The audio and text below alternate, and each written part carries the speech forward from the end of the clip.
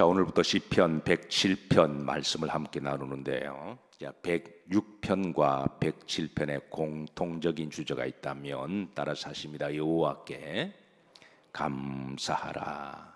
근데 이제 106절에는 우리가 지난번에 살폈지만, 자, 그럼에도 불구하고 은혜를 베푸시는 하나님께 감사하라 였지만, 이제 이 107편은 감사해야 할 이유를 이렇게 우리들에게 알려주고 있습니다. 자, 유대 탈무드에 이런 말이 있습니다. 세상에서 가장 현명한 사람은 모든 사람에게 항상 배우는 사람들이다. 세상에서 가장 강한 사람은 항상 자기 자신을 이기는 사람이다. 세상에서 가장 행복한 사람은 항상 감사하는 사람이다. 사랑하는 성도 여러분, 오늘도 이제 지혜로운 사람들이 되시기를 주의 이름으로 축복합니다. 오늘도 이제 남을 이기기보다는 자신을 이겨서 정말 진정한 승리하는 강한 사람들이 되시기를 바랍니다. 오늘도 범사에 감사하심으로 항상 행복한 성도들이 되기를 주의 이름으로 축복합니다. 사실 감사는 습관이기 때문에 하루아침에 이제 이루어지는 것은 아니에요. 그래서 하나님께서 이제 시편 106편에도 이제 감사라 말씀하시고, 또 본편에도 감사라고 말씀하시면서 이제 항상 감사하기를, 그리고 감사를 가르치시고 감사를 배우게 하시고, 무엇보다도 감사를 훈련시키십니다. 왜냐하면 감사는 습관이기 때문에. 그래서 이 감사를 훈련시켜서 이제 우리를 행복하게 하시고, 또 감사에 걸맞는 하나님이 또 이렇게 거룩되게 하시고 축복을 담아 주시는 하나님이십니다. 하나님이 아무리 많이 베풀어 주시고 주셔도 감사할 줄 모르는 사람은 만족도 없고 행복할 줄 몰라요.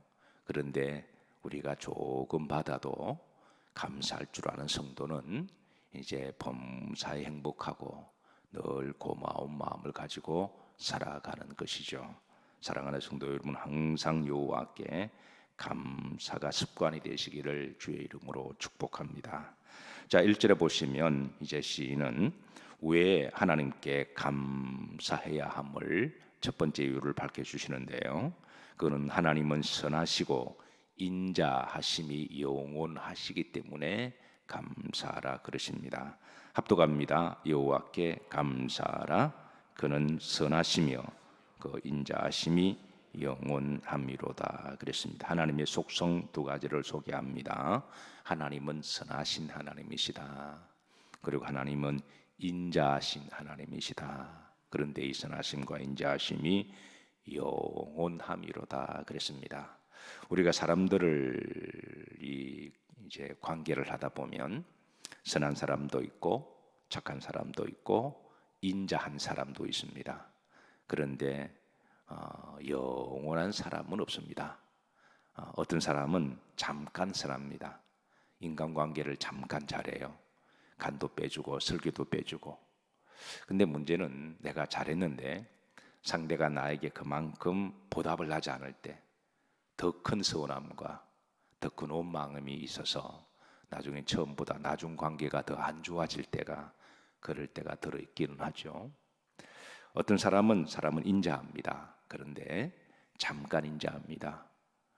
그래서 우리가 선하고 인자한 관계가 그 인터벌이 이렇게 점점 더 길어지고 오래 가는 것이 성숙한 성도고 지혜 있는 성도인 줄로 믿으시기를 주의 이름으로 축복합니다.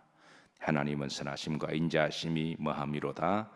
영원함이로다. 하나님이 우리를 한번 택하시고 우리를 구원하시면 그것을 구원을 주셨다가 빼앗아 가셨다가 주셨다가 빼앗아 가셨다가, 어느 날은 우리를 사랑하시고 어느 날은 미워하시고, 어느 날은 하나님이 이제 선하게 대하시다가 어느 날은 악하게 대하시는 분이 아니라 늘 한결같이 변함없이 하나님은 영원히 선하시고 영원히 인자하시고, 우리가 때로는 어떤 실수와 잘못한다고 할지라도 하나님이 영원히 품어주시고 우리를 구원하시는 하나님이십니다. 그래서 사랑하는 성도 여러분, 하나님의 선하심과 인자하심이 영원함이로다. 하나님의 성품을 닮아서 여러 성도님들도 하나님의 인자하심과 선하심이 이렇게 오래 가시고, 그리고 누구를 만나시더라도 이렇게 롱런하시기를 주의 이름으로 축복합니다. 자, 두 번째, 여호와의 속량을 받은 자들이기 때문에 감사하라 그럽니다. 2절입니다. 합독합니다. 여호와의 속량을 받은 자들은 이같이 말할지어다. 여호와께서 대적의 손에서 그들을 속량하사. 이 속량이라는 말은 이제 값을 주고 산 것을 이야기하죠. 예, 값을 지고 구속한 것, 우리가 이런 신약적 용어로 구원이라고 말을 하기도 하는데요. 그래서 이제 속량은 뭔가 대가를 지불하고 우리를 산 것. 예, 저 구약에서는 제사를 드릴 때에 반드시 제물을 드려야 됩니다. 왜냐하면 그 제물의 죽음이 나를 대속해 주는 거니까. 그래서 짐승의 죽음의 값을 주고 나를 대신 사주신 것을 속량의 제물이라고 그렇게 부른 거죠. 그래서 신약에서는 예수님께서 우리의 죄를 속량하시기 위해서 주님이 죽으시고 우리를 구원으로 사신 바가 되었습니다. 그래서 여기에 속량이라는 말이 두 번이 나와요. 초반절에 한 번이 나오고 후렴절에 한 번이 나옵니다. 이제 초반절에는 여호와의 속량을 받은 자들이라고 나오고요. 후렴절에 보시면 자, 그 대적의 손에서 그들을 뭐하사 속량하사, 또 다시 반복됩니다. 자, 성경에 보면 이제 이 속량 구원은 두 종류의 구원을 말씀합니다. 첫 번째는 우리의 죄에서 구원해 주시는 영원한 구원을 말씀하십니다. 그래서 이 구원은 우리가 천국까지 가는 구원을 말씀하세요. 영혼 구원이라고 말하기도 합니다. 두 번째 후렴절에 나오는 속량은 이제 현실 속량, 현실 구원을 말씀하십니다. 즉 하나님께서는 우리를 이제 구원하시면 이제 천국까지 우리를 구원해 주시고, 우리가 구원받은 백성들이지만 그러나 이 세상을 살아갈 때에 그리고 여전히 현실적으로 우리가 풀어야 될 문제와 또 구원 속량해야 될 일들이 많이 있습니다.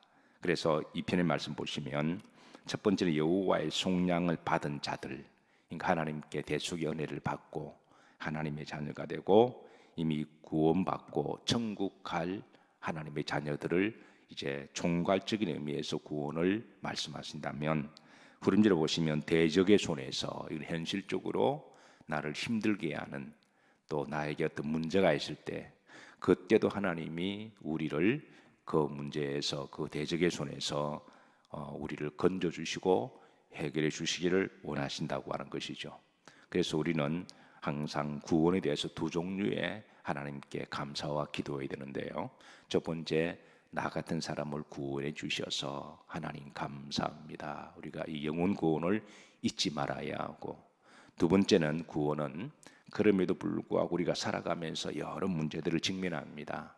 또 인간이 풀 수 없는 그런 여러 그런 문제들을 우리 하나님께 기도하면서 하나님 이 문제에서 나를 구원해 주시기를, 나의 기도를 들어주시기를 하나님께 간절히 기도할 때 하나님은 그 기도의 양을 모으시고 또 때가 되시면 하나님은 종량하시고 또 응답하시는 하나님이신 줄로 믿으시기를 주의 이름으로 축복합니다. 따라서 하십니다. 기도는 반드시 이루어진다. 기도는 반드시 이루어집니다. 성도의 기도는 하나님 대신에 그 기도의 양과 질을 보세요. 양은 우리가 기도하는 양이 필요하죠. 질은 기도하는 성도의 자세를 이야기합니다. 기도할 때 정말 믿음으로 기도하는지 또 하나님 앞에 간절함으로 기도하는지 하나님의 그 질을 보시는 거죠. 그래서 기도의 양과 질을 보시고 그리고 때가 되시면 하나님은 반드시 응답하십니다. 그래서 기도는 반드시 응답됩니다.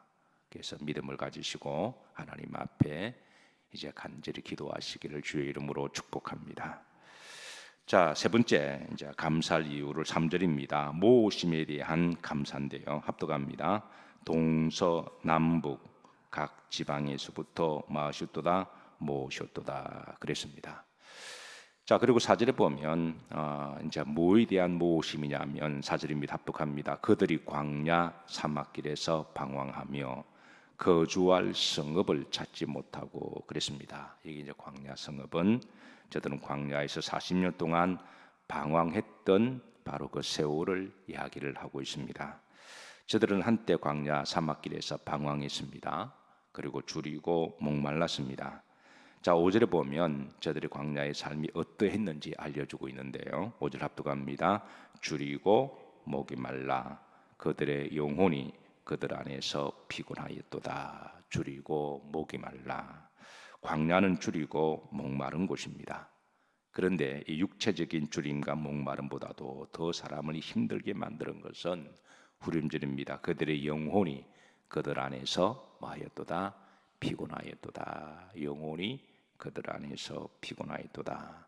사실 우리가 조금 배가 고파도 우리가 정신이 똑바로 살고 그리고 내 속에서 뭔가를 하고자 하는 의욕이 넘치고 그리고 성령이 충만하면 그 배고픔도 견뎌내기도 해요. 이를 악물고 좀 덜 먹고 덜 쓰고 좀 덜 누리더라도 그래서 내 속에 어떤 비전이 충만하고 의욕이 있고 하나님의 영이 우리에게 새 마음을 주시고 성령은 우리들에게 늘 새 마음을 주시고 새 의욕을 주시는 영인 줄로 믿으시길 바랍니다.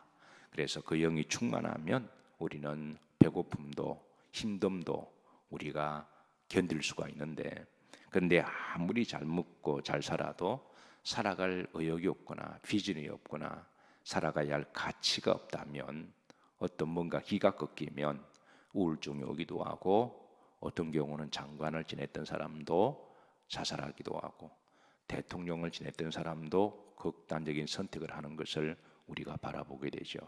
그래서 중요한 것은 우리가 육체적인 줄임과 목마름보다도 사람을 더 힘들고 고통스럽게 만드는 것은 바로 영혼의 피곤함과 목마름입니다. 근데 분명한 것은 하나님의 영이시니 여호와를 앙망하고 감사하고 기도하면 하나님은 우리 속에 영을 채워주시사 그 영이 충만하면 우리에게 새 마음을 주시고 의욕을 주시고 또 열심을 내게 하시고 의인은 7번 넘어지더라도 8번째 다시 세우셔서 우리가 가야 할 길 감사하면서 걸어가게 하십니다. 사랑하는 성도 여러분, 오늘도 여러분의 영혼이 이제 강성하시기를 주의 이름으로 축복합니다. 오늘도 여호와께 감사하시고 특별히 기도하실 때 하나님이여 내 속에 주의 거룩한 영을 충만히 채우게 해 주옵소서. 오늘 새벽은 딴 기도하지 마시고 성령이여 내 속에 충만히 채워주셔서 그 영이 내 마음을 새롭게 하시고 나의 영을 정결하게 하시고 또 새 힘을 주셔서 오늘 한 날도 범사에 감사하며 또 열심으로 살아갈 수 있는 복된 종들이 되시기를 주의 이름으로 축복합니다.